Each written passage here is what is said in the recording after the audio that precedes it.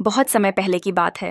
एक छोटे से गांव में एक ज्योतिषी निवास करता था, जो हमेशा आसमान में तारे देखने और भविष्य पढ़ने का दावा करता था। उसकी बातें गांव वालों के लिए कभी कभी हास्य का कारण बन जाती थीं, लेकिन वह अपनी विद्या पर विश्वास करता था। वह रात भर अपनी आंखें आसमान की ओर लगाए रहता, जैसे तारों में छिपी राजों को वह स्वयं ही बाहर निकालने में सक्षम हो।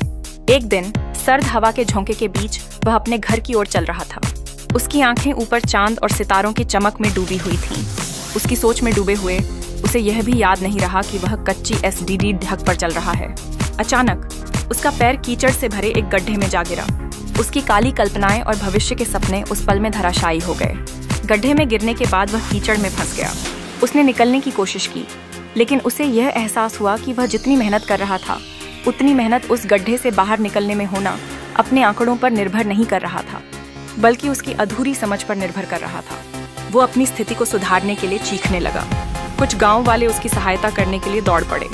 जब उन्होंने देखा कि ज्योतिषी गड्ढे में गिरा हुआ है, तो उन्हें उसकी मूर्खता समझ में आ गई। उन्हें ध्यान आया कि उसने अपनी आंखें आसमान में टिकी रखी थीं, और इसीलिए उसने अपने पैरों के नीचे की स्थिति को अनदेखा कर दिया। उन्होंने उसे गड्ढे से निकाला और कहा, तुम भविष्य जानते हो, लेकिन तुम्हें यह नहीं पता कि तुम किस जगह खड़े हो। अपने आसपास के वातावरण को समझो और वर्तमान पर ध्यान दो।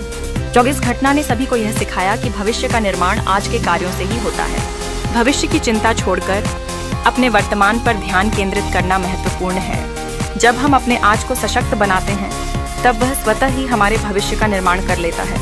इसलिए कर्म करें और जीने का सही तरीका अपनाएं। बस लक्ष्य पर ध्यान दें।